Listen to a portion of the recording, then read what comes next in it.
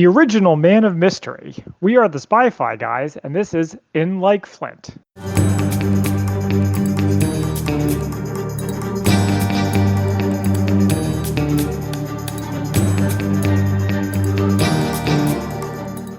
Welcome to the Spy-Fi guys, where we cover spy fact, spy fiction, and everything in between. I'm Zach. And I'm Christian. And welcome to part 2 of our Swinging 60s Spy Summer. All this summer, we'll be breaking with our usual formula to cover exclusively fictional spy movies and TV shows made or set during the golden age of spy cinema, the 1960s. So grab your go-go boots and put on your ascot, because it's time to get groovy. All right, Zach, so what do we have this week? This week we have In Like Flint, which, would you call this a parody of James Bond, or what? I would say it's definitely inspired by James Bond, but yeah, I guess you could call it a spy farce. So for those of you who tuned in last week, we covered Casino Royale from 1967, and that seemed more like they were actively making fun of all the tropes of James Bond. Yeah, and this one actually came out the same year, in 1967. My theory is that it's like Captain Marvel to Superman. Okay? So for those of you who've seen Shazam... you mean the DC version of Captain Marvel? Yes. Okay. So back in the day, back in the golden age of comics, Captain Marvel at one point sold better than Superman. And because he's a superhero, but he's also like funny and goofy. Now, the James Bond movies always have kind of a sardonic wit to it. Usually it's after he kills somebody and has a one-liner. Whereas this one I feel like is trying to be more traditionally goofy and funny. Mm-hmm. And I mean, well, whenever we get to it, so you notice that, well, like this and Casino Royale came out in 67, but so did the official Bond movie, You Only Live Twice. And the tone is almost similar, so it may have just been something in the either at that time. I mean, 66 Batman had just come out, so that was in, the mindset. That's fair. There's a lot of points in this movie that reminded me of Batman. Don't they even mention Batman at some point? They do. This is actually the second movie this is a sequel to Our Man Flint, which we're not covering. We're covering just this movie, and I'll give my reasoning for it in a few weeks. So I've actually seen Our Man Flint, and I remember very little about it. Okay. I will bring up the parts that I do remember when they become relevant. All right, so let's get into it. I've got the synopsis here from IMDb. All right. Super spy Flint takes on a cabal of women plotting to rule the world. I guess that's partially accurate. All right, so when we get into it, we go into this credit scene. It's steamy. Do you see what I did there? It's steamy. But at first I was like, "What is this? Is this an NC-17 movie?" Because I'm like, there's definitely. I think it's even more erotic than most James Bond openings. Yeah, but you see a lot of outlines of legs and everything, and then we start to see masseuse. What I thought, and we find out that we're like in a women's gym or spa. My wife called it the ladies' wellness center. Sure, all that sounds accurate to me. But the first hint that we get to that something's up here is like, you have someone who's like handing out towels or something, and she goes over and like to a statue, and there's a phone hidden inside. We don't know who she's talking to or what's going on, but the fact that there's hidden phones, like, okay, something's up. We get our first reference to Batman. It made me think of the head with the button inside. Yes. I mean, there's a statue of William Shakespeare. Yes. Yeah, Batman's phone isn't secret, but he has secret phones hidden in secret things, and so on. And so we meet one of our main character, who's, I don't know that we only get her name really in passing. It's Lisa, isn't it? Yeah, it's Lisa Norman, but I couldn't keep track of it until much later. I had to look it up. Yeah, a lot of these movies, they don't say people's names very often, except for Flint, which they never stop saying. But yeah, so we meet Lisa Norman. And she's, looking out over the beach. So this is like, I guess we find out at some point, but we'll just say it now. That's in the Virgin Islands. Mm-hmm. And so she's looking out onto the water, and then she takes off her sandals, runs into the water, and goes to this other secure area, which made you think, all right, if she needs to do that every time, she needs to get into that other area. Like, how many pairs of pants does she get soaked, or as she goes through that every single day, multiple times a day? Race you pay for secrecy. They can't track her that way. No tracks. It's true. Good point. But so she's goes into this other office area, and there's like all these different people, well, not people, all these different women who seem to be experts in like seamstresses, marketing, etc. Yes, they're all high powered, but they're all in like women's jobs. And I'm making finger quotes there. I think Lisa herself is a fashion mogul because of course she That's is. right. Yeah, and so they're all watching. Like she goes out onto the balcony, and a bunch of them are all watching or looking through telescopes, watching a rocket launch. Mm-hmm. And then they're watching it on a TV inside the office. And we get on the TV the announcement of the first manned space platform in orbit. Yeah, it's like Moonraker. Pretty cool. And you know he's going to be going to space at some point. And so apparently it's a scientific laboratory, and a project headed by Mr. Cramden, who was he in the previous movie? I don't remember him, Okay. but I wouldn't be surprised. He seems Yeah. the kind of character who crosses over throughout the series. Yeah, and so we go with him and he gets a congratulatory phone call from the president. Says let's go play golf tomorrow. Mm-hmm. And then we go back to the office and so I don't know if we find this out it's here or if it's only later on that we discover the name of this place. The name of the place in the Virgin Islands or somewhere else? The place in the Virgin Islands. Fantastic Face, is that what it was? Yeah, they talk about it later as well. I think this is probably the right point. Yeah, so just because I just kept referring to it as the day spa, but Fantastic Face is the name of it. And so we go back into the office, and we have a woman wheeling in a guy on a wheelchair who has all these head bandages on. Apparently, he's taken 37 operations, and he had himself surgically, plastically altered to look like the president. Yes, he did. And it's like Batman Hush. It's like an episode of The Twilight Zone. We just had robot doubles, so now it's plastic surgery doubles. They keep referring to Operation Duffer, which I don't think we ever find out what Operation Duffer really is. It's the plan to impersonate the president, take his place. Okay. That's my read. Makes sense. And we also cut to the space. Do we ever get a name for the space platform, or just called the space? It's just called the space platform. Okay. Yeah. So we cut to there, and the astronauts there are female, and they're speaking Russian. So I guess they're cosmonauts, not astronauts. But oh yeah, I always like cosmonauts better. Such a cool name. Oh yeah, it's like you're going to the cosmos, not the Astros. And then or whatever. And then we cut to Washington D.C. And Looks this familiar. Is the first ridiculous scene in the movie. Is it? I think so. Everything else is kind of sexist, but at least pretty grounded in reality. I don't know. Do the spas you go to have hidden phones in them? I'm not invited to spas like that. I presume they exist in real life, though. All right. So the president playing golf with Cramden, and apparently Cramden's swing is off. So you've gone golfing with me, or at least a top golf with me, right? Sure. I don't know the timing. Well, I guess there's probably an aspect to it, but I've never seen that where you like time how long someone takes in a swing. So that's interesting. Nope.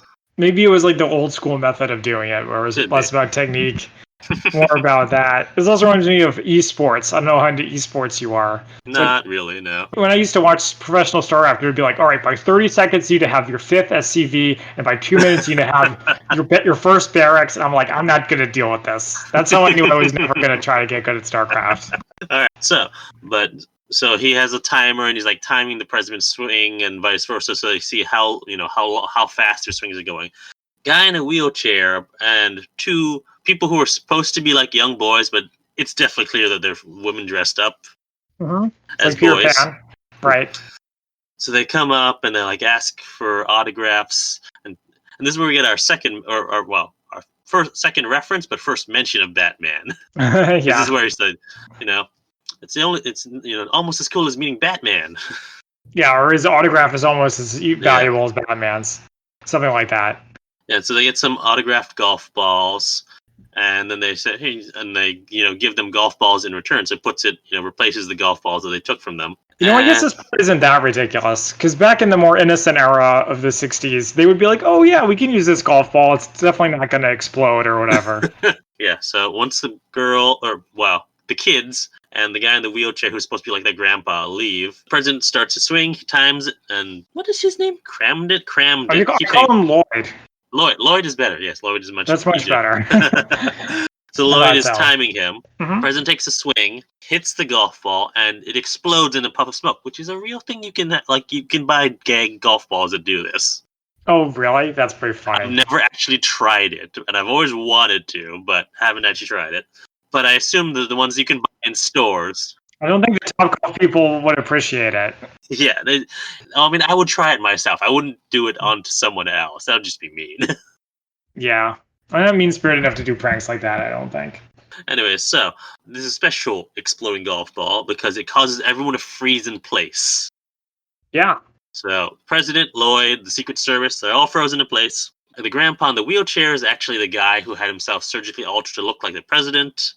Uh-huh. He removes some makeup and a hat and stuff and trades places with the president.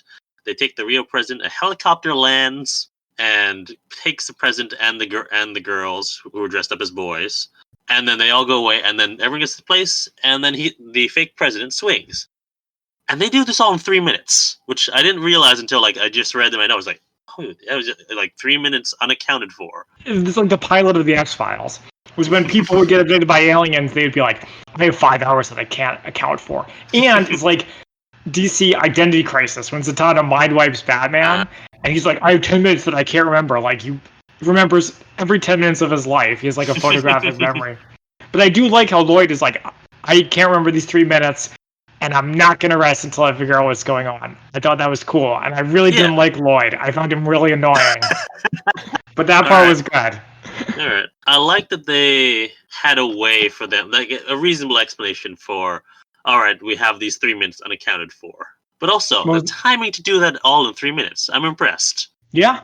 Well, they're professionals. Mm-hmm. But I do like how that's how they were able to start to figure it out. Yeah. That the bad guys didn't account for them timing their golf swings. Maybe we should start timing our golf swings once we go back out. Nah, I'm good. I wasn't even willing to do that with StarCraft, let alone with golf. All right, so he says, I need to see Flint. This is Lloyd, by the way. Lloyd says, I need to see Flint. Give me the book on dogs. It's like, all right, what's that about?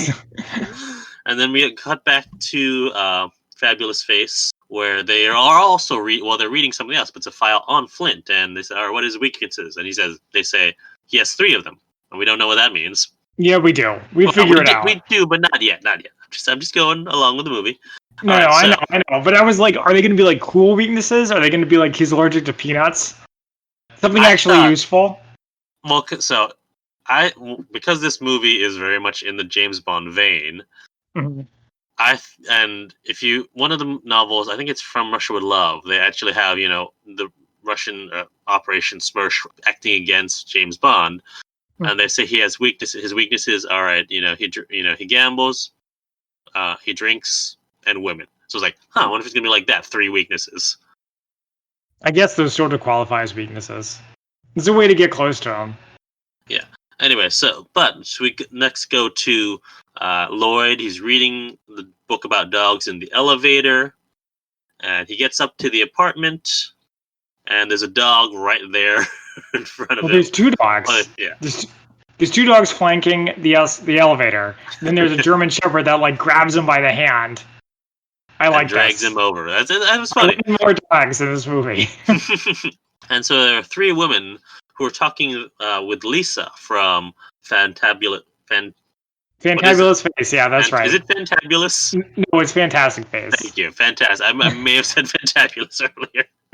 Or is it Fabulous? Wait, is it Fabulous Face? I don't know. Who cares? Hold on. I need to know. I'm going to say it's Fantastic Face while we're looking it up. That's my final answer.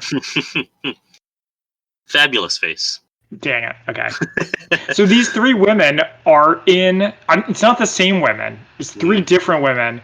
Or maybe 4? Apparently 5. 5? Okay. So I call them his harem, because they live with them and follow him around. I refer to him as his assistants. Look, I know it's sexist. This movie's sexist. They are a harem, okay? But okay, so I was never clear on what they were they're all living with them, but you never see him be overly romantic. You never see him sleep with any of them or anything like that. Well, of course you're not going to see him sleep with them. It's still a movie from the 60s. It's just heavily implied that he does. But James Bond, you'll see people sleep, Well, this isn't James Bond. Yeah, but James Bond is also in the 60s. And so That's it's not true. like they wouldn't show it if it was happening. That's where I'm going with. Okay, well, Look. people write us in at the spyfiguys@gmail.com about if whether you feel harem describes these women or not. And I think there's just because we also find out that the 5 from the last movie have all gone off to get married, happily so. And so and he doesn't seem broken up about it, and it seems actually happy for them. So for me, it feels like okay, there's assistance, and maybe but I don't know. It didn't seem like a sexual relationship to me there. Okay, that's one way to interpret it, I guess. Anyway, so Lisa's there already. They're chatting, and Lloyd goes to meet Flint, who is talking dolphin. Yeah, he's out in the pool. He's making those weird noises. Apparently, he's writing a dictionary on dolphin language. Okay, so Flint in this part reminds me less of James Bond and more of Sherlock Holmes. I could see that. Where he's a Renaissance man and he's always trying to learn new things. Like James Bond never struck me as like an intellectual type who likes learning things just for the sake of learning. Or is that in the books? No, not even in the books. But in the movies, especially as it gets in, further into them, he'll be, especially going into the Roger Moores, especially, but even in the 60s, he'll be an expert on everything, like expert on gold, expert on butterflies, whatever comes up in this case. He'll magically be an expert in it. So I was okay with that. I don't remember him being an expert on butterflies. Well, certainly he's not a scientist. Service, yeah. Oh, okay. Would you agree that he's not a scientist, though? No, he's not a scientist. Definitely not. But yeah. So Flint comes off like this. He's also, I noticed that he's wearing a short sleeve turtleneck, which is an interesting fashion It's a very 60s look. Mm-hmm. And it's beige. Doesn't he mostly wear beige in this movie? Yeah. Anyway, so we find out one of the things he's doing, he was also apparently an expert in, is like sonic waves. Right. So he uses a sonic device to move a pool ball on, pool table and then also explode it. Yeah, and he has like some long technobabble explanation about how it works. And I was like, is this supposed to be a joke? Like, am I supposed to be laughing at how he goes on and on and on? Or what? I don't know why I spent so much time with it. But yeah, so in the meantime, Lisa's talking to the I'm going to call them the assistants. I just don't like the sound of harem. See yourself. Well, he's talking with the assistants, like trying to convince them to come to the, what did we say about Fabulous Face? Fabulous Face, yes. Day spa, which is apparently right near Rio. So they're going there, but Flint is like, I can't help you with your mission because I'm going to do this survival course in Death Valley. Which, admittedly, that sounds like something James Bond would do because it actually help him with his job. We don't get to see a lot of what James Bond does in his personal life, do we? He doesn't seem to have much of one. Depends on the film. Fair enough. So Lloyd wants to look into it, and he refuses, and he even invites Flint to dinner. At forget what the name of Luigi's. Luigi's, thank you. Yeah. And it turns him down. I've got a lot of packing to do, and so Lloyd goes to dinner at Luigi's alone, and he sees Lisa there. But Lisa claims to not be Lisa, claims to be someone else entirely. Says her name's Norma Benson. She has a southern accent now. Yeah, she has like this whole elaborate disguise backstory. Which I don't really get because it's like he doesn't know who Lisa is anyway. So I guess it's for everybody else's benefit. So she says she's a school teacher, and then she drugs him. There's a thing going on in this movie where if you're lighting a woman for a cigarette, you put you put 2 of them in your mouth and then light both. Yeah, that's so weird. It was weird, yeah. Well, because so Lloyd does it, and you're like, okay, Lloyd is like whatever. But then later on, Flint does it too. So you're like, what's up with that? By the way, this part with Lloyd just goes on and on and on, and I'm like, go away, Lloyd. You suck. Go back to Flint or Lisa or anybody else. Well, Lisa's there. Yeah, but it's like she's in disguise, and it's not really about her. The focus is on him, and she's about to leave after he gets drugged. Yeah, so no, well, Lisa's not going to leave. She's still there. Well, we're not sure how she drugs him at first. Right. And then Lloyd wakes up in a bed in like a random room with a prostitute. Right. Who is Lisa in disguise? Well, so I've analyzed this scene with a panel of experts, and we have determined that when he first wakes up, it is a different actress playing the prostitute. Yes. All right, but then later on, when we cut to the the prostitute. Yeah, when she taking off leaves the red room and wig. then comes back, it's Lisa again. So Why? we're like, what? I guess so. The disguise is really convincing, even convincing for the audience. I guess so. Yeah. So like he gets busted by like his I guess he works for the military because people in or uniform show up. Basically, whatever would be in the place of Space Force at this time, which would be like what, Army rockets. Sure. Yeah, they even have a camera, so like photographic evidence. Like, why? Why? Because it's all part of the plan. I mean, isn't the guy who arrests him? He's like in on it. I think they reveal that later. The person who arrests him, General Carter, after Lloyd is taken away in handcuffs, is working with Lisa because they talk with each other, and then we have a meeting with the president and Lloyd and Carter, General Carter. Mm-hmm. Apparently, the school teacher says she has no record. School teacher has no criminal record.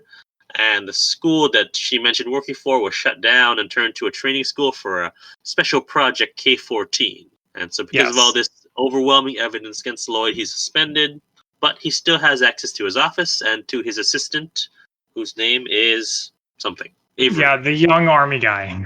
Yeah, Avery, yeah. Mm-hmm. So next we go to Flint on his trip. He, flies an airplane, jumps out of the airplane, and he's reading the newspaper on his way down while he's parachuting down, and he sees the headline about Lloyd, and he's like, "Oh, maybe I should do something about that." Yeah, so it's like this is a thing that movies do. It's like if he's going on his trip and then he gets involved, why not just cut it and have him be involved? Because he's got to have the refusal of the call. In classic Campbellian archetypes. Yeah, well, I don't like that in the Campbellian archetypes because it's annoying. I don't like Peter Parker refusing to be Spider-Man because the name of Spider-Man is on the title card, so he's going to be Spider-Man. So stop wasting everybody's time and just let him be Spider-Man. But it's all about the angst of it. Well, also it gives us an insight into Flint's character where he is not James Bond. He doesn't help out because he gets told to do it. Mm-hmm. He has his own objectives. He has his own thing going on, right? Yeah. So Flynn, we never see him actually abandon his trip. We just next see him in Lloyd's office, and he uses his watch to hypnotize Lloyd and think back to the night at that restaurant. But it's not. I noticed it wasn't like a pocket watch. It was like his wristwatch, which was interesting. Yeah, it has like lights around the side. Yeah. And so he starts to remember everything and remembers the cigarettes, lighting the cigarettes, and I guess we skipped over the fact that they did a test on the glasses that they had drank out of, so it wasn't poison from like in the glass. Yeah, so he had to have been poisoned some other way. Yeah. So Flint takes like a snip from Lloyd's mustache and analyzes the hair. Yeah, see detective work. That's pretty cool too. Again, like Sherlock Holmes. Amongst it is cannabis and euphoric acid, so they got Lloyd high. Mm-hmm. So the thing I've noticed is he takes these ridiculous jumps in deductive reasoning. I think that's supposed to be a joke, but it can often be hard to tell. Which reminds me of Batman 66. Sure. Because they'll do that. Like, it'll be, wait, that thing. Of course, Robin. I mean, the best example of this is Batman the movie. So for those of you who don't have the patience to watch the whole Batman the series, watch Batman the movie because it's everything you would want in an hour and a half. You have the best villains. You have all this really good action. You have all the cool gadgets and vehicles. But do we want to do a bonus of Batman 66 for this? You can think about it. I guess it qualifies as a spy movie. The part I remember that they jump is when they're like, wait a minute, this crime happened at C, and C stands for Catwoman. So Catwoman was involved. Yes. Oh, so that's what this reminds me of, when he has this ridiculous leaps of logic. So he figures out that someone's trying to discredit Lloyd, and we see on the floor there's a broken pencil from earlier at some point, but it's flashing a light, so there's a listening device in it. Flashing a light like these concealed microphones are supposed to do. And so we cut to General Carter, listening in on their conversation, so he knows to expect them. Wow, these bad guys are so smart. They're like a step ahead of them all the time. How could they possibly lose? So Flint, he sneaks in. Do we know where this is? Is this supposed to be that same secret place that they were talking about that was used to be a school? The secret school? Yeah, I guess so. I assumed as much, but they don't really spell it out. No. So he's in some sort of facility, and he's sneaking in. He has like a uniform, like a like a custodian uniform on, basically. Yeah, he has this whole elaborate. Do you like the part with the double jacket? I was like, Christian's I was gonna like this. getting to that. So he's driving around a cart, and there's this soldier who's inspecting the facilities, and so at one point Flint drives his cart into a little alleyway inside there, or a little nook, and I loved the reversible jacket. I may own a reversible jacket, but it's only just two different colors. It's not like a uniform on one side and a regular jacket on the other. But one day I want to just use that and like. It can still be useful. You never know. The part here where he's pretending to be a soldier, but his ID doesn't work. So he like punches out the guard, and then the guard's head gets like caught in like a sliding door. Do you remember this? Did that kill him? Like, how hard was that sliding door coming in? I don't think it was supposed to, but it still looked like it would hurt a lot. It looked painful, yeah. So Flint is sneaking around, and he sees a bunch of old-timey computers with the reels and the tape, and we see him find a heart monitor, and it's 80 beats per minute, and so he assumes they must be Russian cosmonauts. Why? Good question. Yeah, I wondered if this was true. We'll get to it. Okay. And we see General Carter and a bunch of his men like watching as Flint, yes, is going around. He sends the guards to attack Flint. Flint, there's a big long fight. I got a little bored during these fight sequences. Yeah, it's an old movie and things go on for too long, including the fights. But there's a cool part. So, he gets knocked onto your classic conveyor belt with a furnace at the end of it.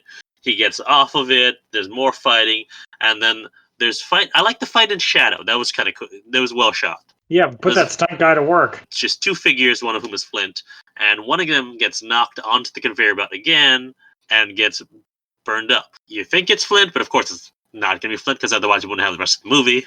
So the last thing I wanted to say about this fight scene was that they had many opportunities to use the Wilhelm scream, and they didn't. And that was disappointing. But, I mean, the Wilhelm scream didn't really come into popular use until 1977 with Star Wars. Oh, really? Like, it existed, but it wasn't a big thing. Like, they used it maybe twice. Okay. So we have Lloyd, and General Carter gives him like a cup full of powder. Again, Batman the movie. All they need to do is rehydrate him, and he'd be just fine. Well, and we were told it's Flint's ashes, but why don't you have a lid on that urn? Come on. And why would the ashes be like purple? They weren't purple. They were like gray. They were? I thought they were purple. Okay, never mind. Anyways, and there's a part where Avery, who's Lloyd's assistant, almost like ashes his cigarette into the ashes, which I thought was funny. And then they get a phone call on the red phone, and it has the very distinctive. Right. What is that supposed to mean? Well, no, it comes up. It'll come back later in another movie cover, but also it was the sound from the phone from Hudson Hawk. Oh.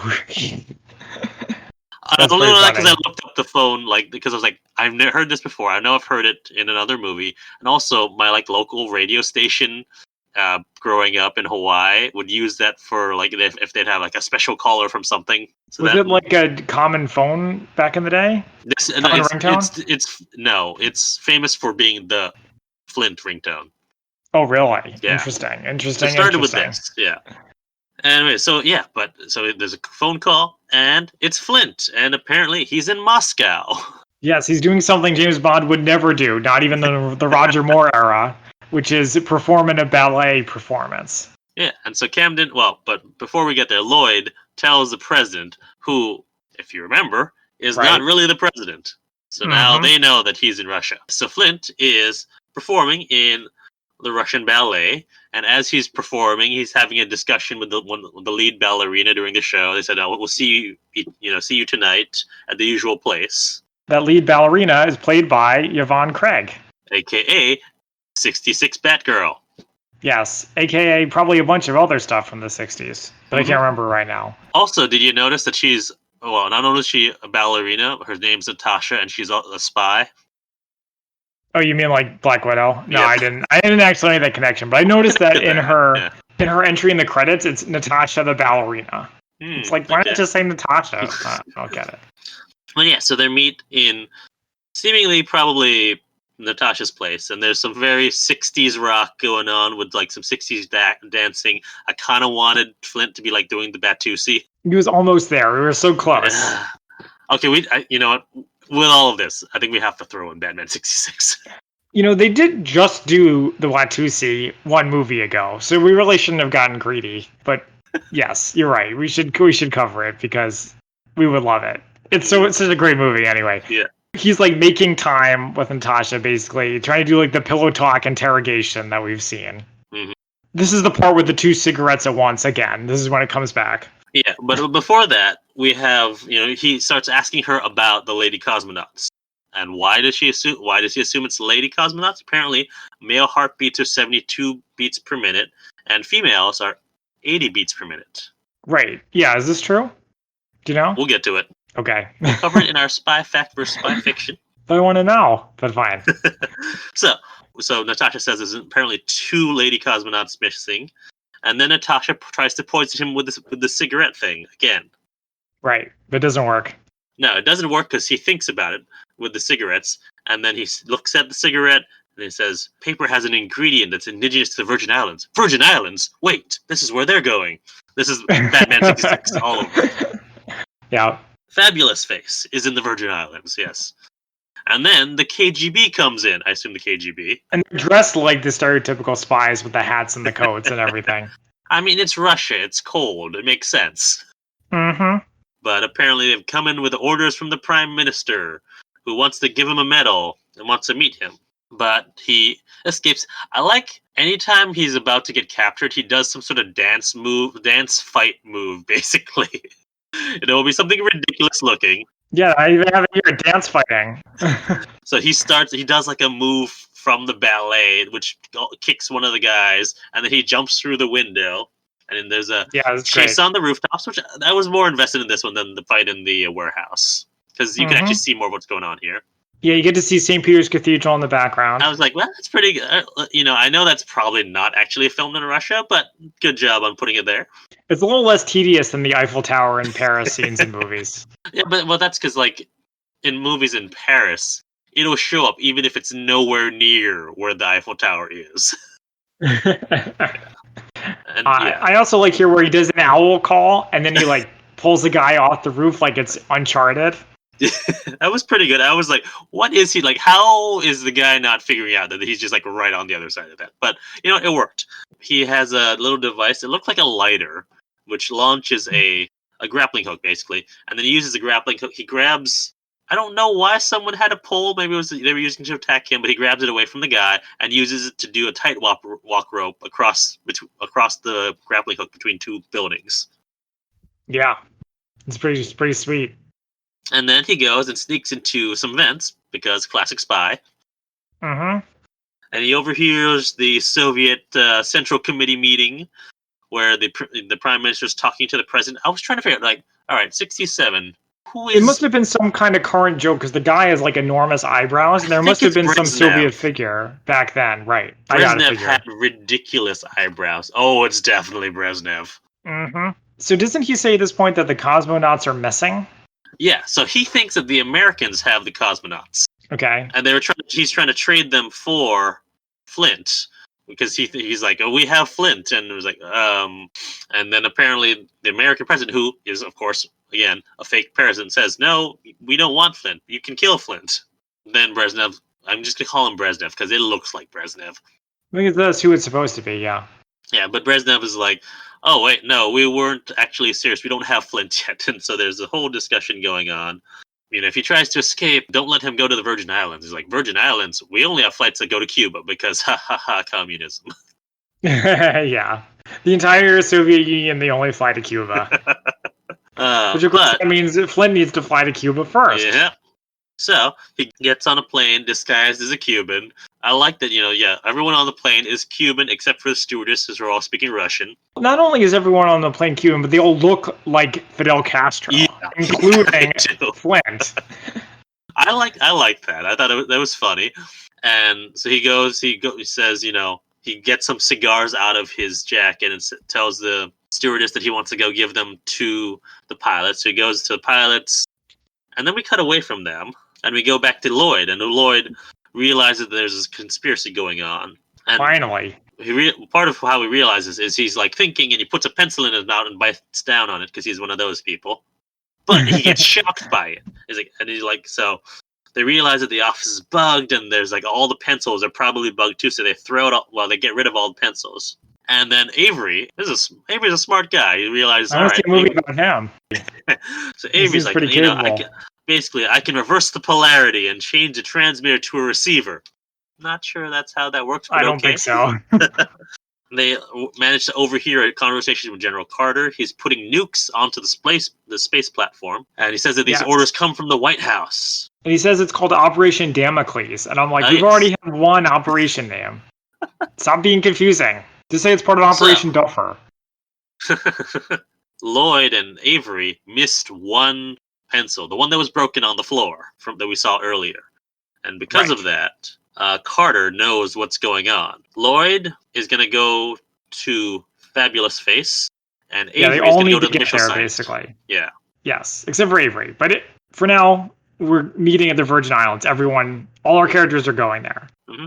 So, on the plane, Flint somehow has tied up the pilots, but who's flying the plane now?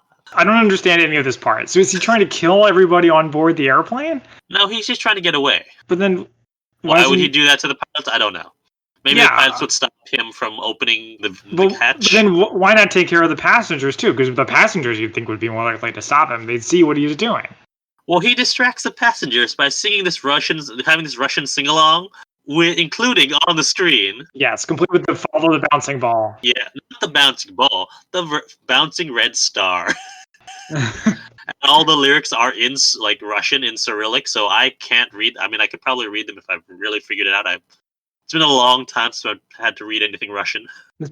I like this part, but it was so ridiculous. This movie is ridiculous.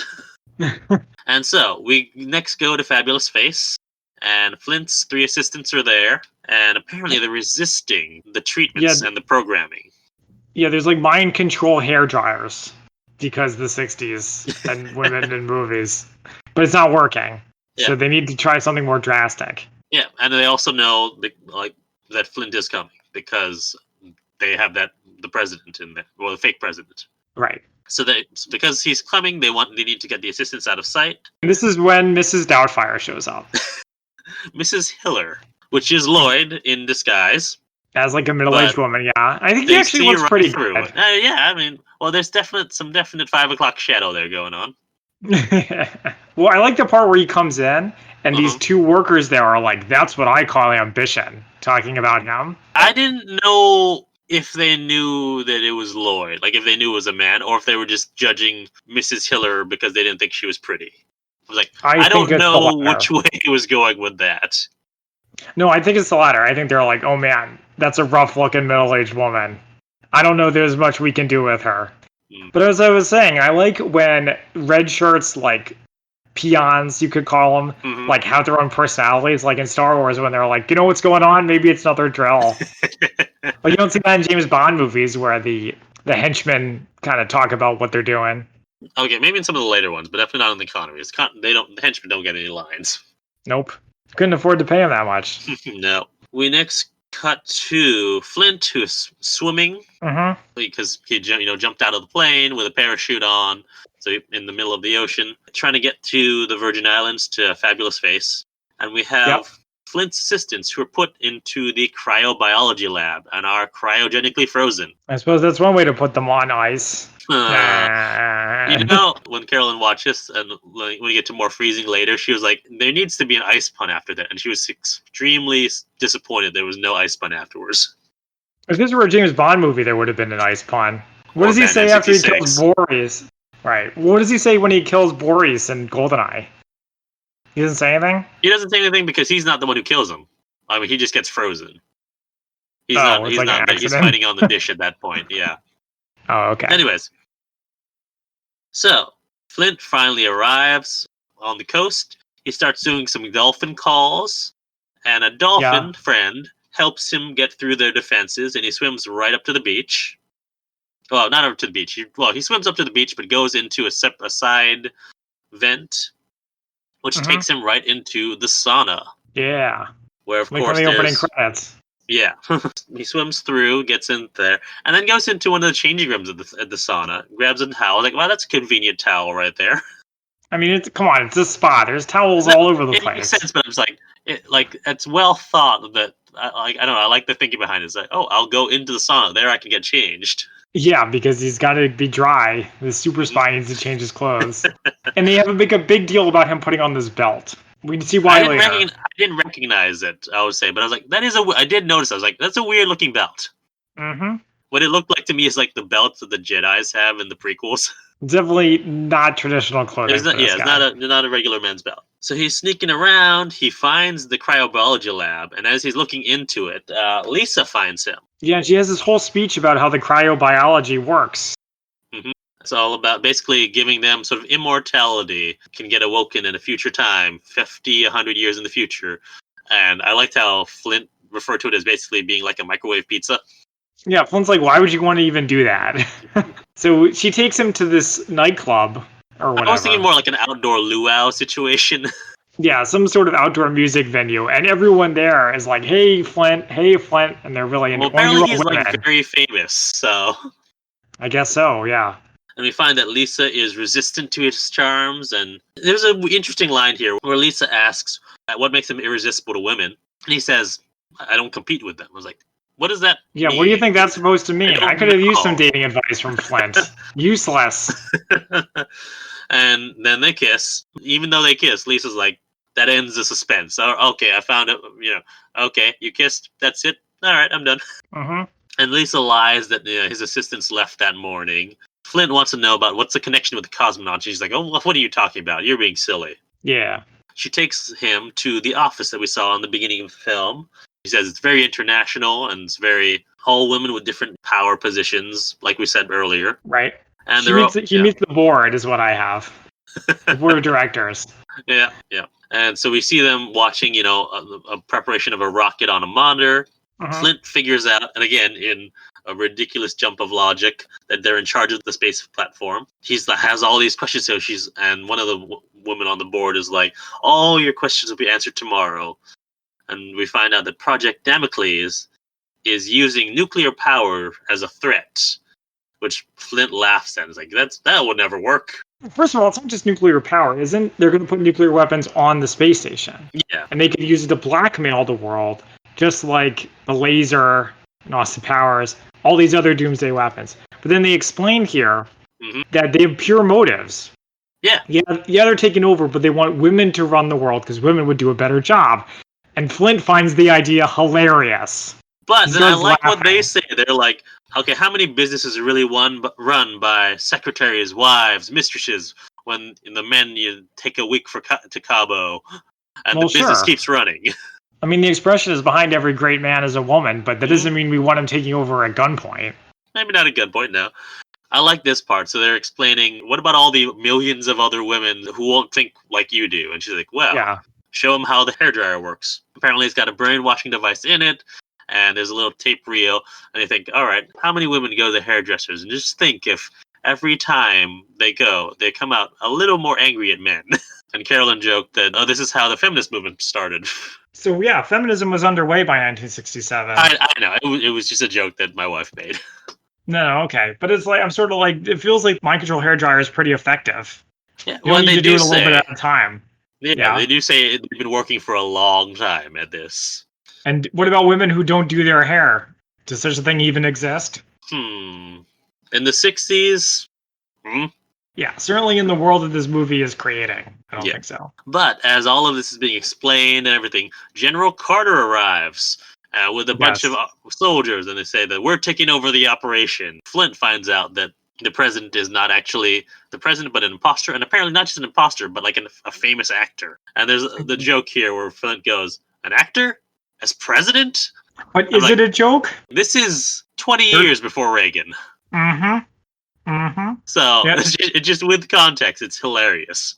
It's like Doc Brown being like, the actor? But that, of course, was in 1985, not 20 years before that. I wonder if that was actually also a reference to in Like Flint. Oh, to this? Yeah, it could have been. Yeah. So a joke back then that's sort of like I don't even know if it's a joke back then. It Yeah. seems like a pretty straight line, but now But it's again, really good. that time period in Back to the Future, well, I mean, it was in 55, which would be like 12 years before this, but as a movie, maybe it was just a joke in this, although not enough people would get that. I don't know. Besides the point. It's just a strange anachronism. Yeah. Yeah. But yeah, so as Fit, they'd say, take Flint to the cooler. And he escapes, does another dance move fight to get away from them. I also like his like karate stance, or is it like Aikido or something, where he has the two arms out in front? It's really cool looking. I'd have to look that up. I don't know, actually. I like it a lot. It reminds me of John Pertwee's Doctor Who, because he also has like that similar fighting stance. I like the fight in the gym. The Jim Cotta scene, I called it. Come on, you didn't think of it on your own? I did not, because I don't think about Jim Cotta on a daily basis. Well, I also like there's a part where two guards are maybe it's just one guard, and he does like a flying kick where he like leaps across the frame. That was before the Jim Cotta fight. And then the part with the bowling ball, where he fights with the bowling ball. Oh, of course they're gonna have a strike there. Yeah, I liked it. I liked it. Well, I really liked the trampoline part where he jumps on the trampoline and then grabs the rope, and then someone else tries to follow it. And he like takes the rope away and they just fly. Yeah, it was great. Why couldn't all the fight scenes in this movie been like that? I think the only one that really disappointed me was the warehouse one. That first one, everything else was very generic. Good. Yeah. Eventually, he's like making his way to the cryogenics lab to try to get his assistants out, but then he gets captured right there. General Carter's men put all the women and everyone into freezing chambers. Into the cooler. But because there's not enough, they put Lisa and Flint into the same chamber. So is this how they were able to escape? Because there's two of them in one chamber? I assume so. I assume that's part of it. As they're starting to freeze, Flint grabs his belt buckle, which we should have recognized as the sonic device he used earlier to make the pool cube move and explode. So he uses it very slowly because he's starting to freeze to shatter the glass door of the cryogenics chamber. And he and Lisa escape, and he keeps using it to break out everyone. Which I'm like, shouldn't you just have hit the off button? Right? Like, do you need to keep shattering it? Can't you? I assume Lisa knows how to work this stuff. She could have just turned everything off. It seems like it would have been less disruptive to the people inside. But maybe they just like making a mess. They realize, all right, we need to work together to stop General Carter. So now we have a new operation name, Operation Smooch, which they don't explain. And they keep saying it. Well, it's kind of obvious. There's also a brief scene with the president in prison. Well, he's not in prison. He's freed now. We forgot about that, didn't we? That when Lloyd got captured, he gets thrown into the same room as the president.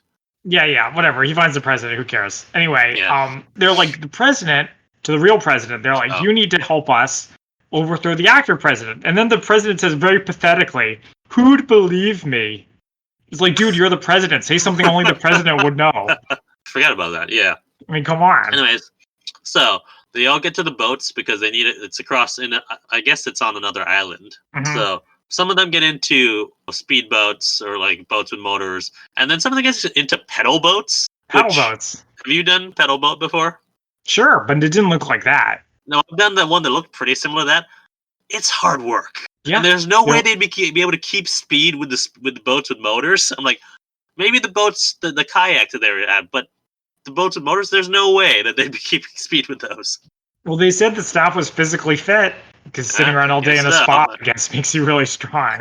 But this part looked like a bunch of children leaving their summer camp.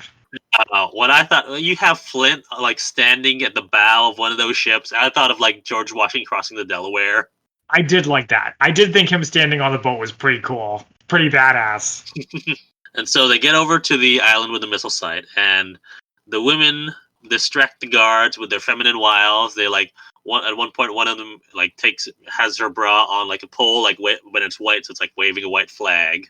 But as they're like approaching the guards, and the guards are approaching them, they beat them up. Which I was like, come on, they're not just gonna. I was hoping they weren't just gonna come up to them and distract them by like kissing them or something. But no, once they get close enough, they beat the crap out of them, and then they actually had to stop. Flint and Lloyd had to stop one of them from beating up Avery because Avery's there. Yeah, she's like kicking his ass. Flint doesn't even tell her like, "Hey, stop it! He's on our side." He has to like pull her off. Avery's with them, so he brings all of them into the control center. Uh-huh. Is it the president or is it Lloyd? I think Lloyd's the one who actually confronts the fake president. It's not even the real president. Yeah, I guess the real president's a real pushover, apparently. Apparently. I do like the part where Lloyd is like knocking guns away as he like steps forward. That was pretty cool. It's not enough to make me like him, but it was kind of nice. So the launch they're trying to stop the launch, but the launch continues. And then Carter has two of his men like subdue the astronauts and steals one of their suits. Yeah, these are the astronauts on the ground, the ones who are supposed to be launching. Yeah. So Carter gets on the rocket himself. And in the control room, the women all seduce the men to get them to stop, like, not shoot at them. Yeah, it's like a mass makeout session. Though it is kind of funny when the actor president's like, stop it. Cut it out. You stop it. I think he says cut it out, which really is not a very presidential thing to say. I must say. Well, he's an actor. He's not the president. Like one of the soldiers in the background, you can hear him saying, "No, I'm married." Oh, really? I missed that. Yeah, That's pretty funny. that. I was like, wow. Wow, he's very loyal. But anyway, I do like when the acting president, he starts like acting, the Patrick Stewart, as he gets like dragged away. He starts like reciting Shakespeare, Richard III or something. Yeah. Once more onto the breach, dear friends. Yes, that was funny. So they get the fake president out of the way. This is when we find out that Carter's on the rocket, and he has a switch that, if he pulls it, will arm and activate the nukes. Mm-hmm. And so Flint goes after Carter, tells him, stall him, don't let him launch yet. And Flint finds the real astronauts. He needs one of their help to get him into the other suit because there were two of them. I think this part was supposed to be like rising tension, but I didn't really feel it. It was not really. Like what they really needed is they needed the countdown guy to have a more dramatic voice. Yeah, or do just better with the whole ticking clock thing. Yeah, where the guy who they had was just not dramatic enough. Flint gets into the rocket next to Carter just in time. Carter's like, oh, hey, how's it going? And Flint's like, what's up? I'm coming too. And so it launches. The president authorizes some missiles to intercept the rocket because they realize if Carter activates the nuke in the atmosphere, it'd say goodbye to the whole hemisphere, basically. Yeah, it's not like the stakes are like ratcheted way up. Right. But I like that they are like, Flint's expendable. We need to take it, fire our missiles out, whatever. So those launch, and right as soon as the capsule that Carter and Flint are in reaches orbit, they unstrap. But while they're fighting, they hit the joystick or something, so its capsule starts tumbling out of alignment. Yeah, I like the zero-G fighting. I did not. It was not great. It was a neat idea. Zero-G fight is a good idea, but they could have had them on wires or something to make it look like they were actually floating and not just sort of standing but pretending to be slightly affected by the lack of gravity. Well, that's what I liked about it, is that it was like slow and like intense. Because I'm like, how would you beat somebody to death when they're wearing a spacesuit and you're wearing one too? It's like, it's not like Moonraker. It's like 2001, where everything's like slow, but the stakes are really high at the same time. I don't know. I was not very excited by this. This is probably kind of let me down. So like, I think Flint uses the same grappling hook like thing to like tie him up. Yeah, he does. Yeah, he like so he ties up attaches Carter. him to like the console. Yeah. Yeah, or no, it's the back of his chair, I think. Whatever. Yeah. And then he grabs a backpack or something, so I assume like an oxygen supply, and opens up the hatch to the capsule door, and uses his sonic device to propel himself towards. Okay, when did the sonic screwdriver get introduced to Doctor Who? I think like very early. I don't think the first Doctor had a sonic. I think it was either second or third. The second one did, because I watched an episode called The War Games where he uses it. He actually uses it as a screwdriver. I don't know if it became magic. I don't think it became magic until like later. Okay, but I'm just wondering, is this the inspiration for it? Because his sonic device can do like anything. Yeah, I don't understand why it's able to propel him through space. Everything else was kind of legit because you can use sonic waves to destroy like glassware, so it kind of makes sense, I guess. Yeah. Anyways, but so he uses it to propel himself towards the platform, the space platform, and then the missiles hit the capsule, and everyone in the control room thinks, "Oh no, Flint's dead." But of course, just like the last time everyone thought Flint was dead, he radios in, and he says he's with the female cosmonauts up there, making out with them, both of them. Right. But down in the control center, there's like a scene where the president is like admonishing the council of women and saying, we had a close call, but you can see now the world is better in men's hands. And the women are like, yes, of course, you're right. And then they all look at the camera and like And, have like, a knowing glance. Yeah, I was afraid because it's a movie from the 60s and it's not exactly the most progressive script in the world. They weren't gonna, like, lampshade that.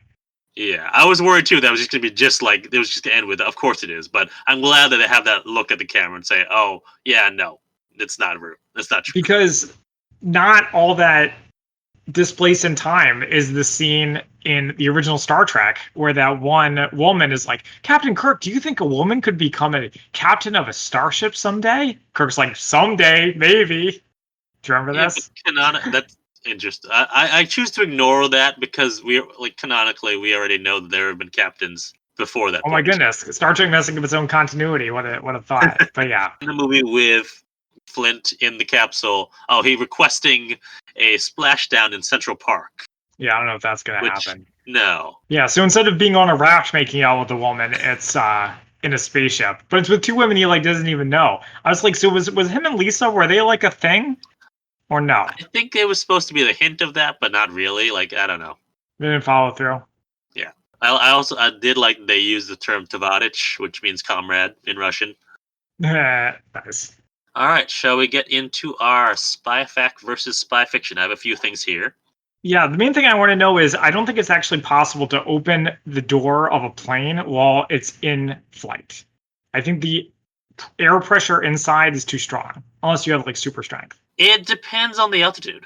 Also, Okay. when people go skydiving, they have to open a door. It wasn't at skydiving altitude, right? It probably was at like what, 30,000 feet? Maybe I We shouldn't don't really know. speculate. We don't know I mean, they don't say it, it's a so Soviet plane flying to Cuba. We don't know.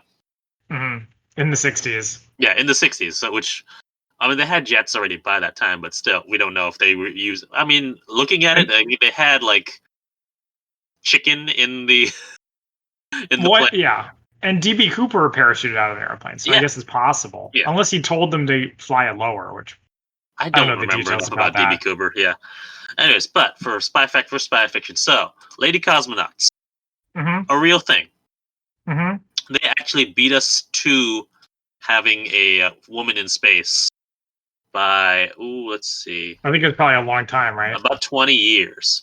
So Yeah. the first woman in space, Valentina Tereshkova, went into space on June 16, 1963. And Sally Ride didn't go into space until June 18, 1983. So almost 20 years exactly. Like by 2 days. Wow, that's interesting.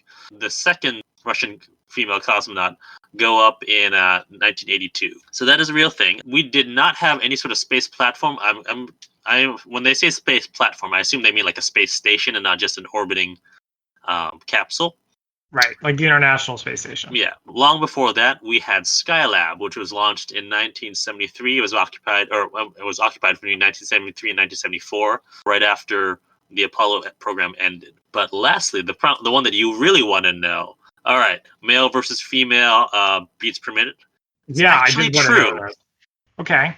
So apparently, according to a study by the NIH, it says the human heart beats approximately 70 to 85 beats per minute in an average adult, which is a notable difference between the genders. Average male heart rate is between 70 and 72 beats per minute, while the average for adult females is between 78 and 82. The difference is accounted for by the size of the heart, which is typically smaller in females. The smaller female heart, pumping less blood with each beat, needs to beat at a faster rate to match the male heart's larger output. How come we die sooner? That, I mean, we take worse care of ourselves. I don't know. No, nobody knows. This is a theory. And this is all averages, obviously. So of course, there'll be cases where taller women will have a difference, but for an average, yeah, so it is true. Yeah, so I guess Flint's theory is mostly sound. I mean, playing the averages. It makes more sense than most of his deductions. Yeah. Well, here's my one reason. All right, so once he saw the beats per minute, like he saw the heart monitor in that place. Mm-hmm. How did he know there were cosmonauts? How did he not know there were astronauts? Unless we just didn't have any astronauts up at the time. Probably because he was in the 60s and he's like, women can't be astronauts. And right. He was actually right, though. Because they did have female cosmonauts, but like I said, we didn't have female astronauts for another 20 years. Yeah, so I guess it's just deducing from the known facts. Okay. Well, I mean, at first he doesn't say female cosmonauts. He just says cosmonauts. So that's what I was wondering.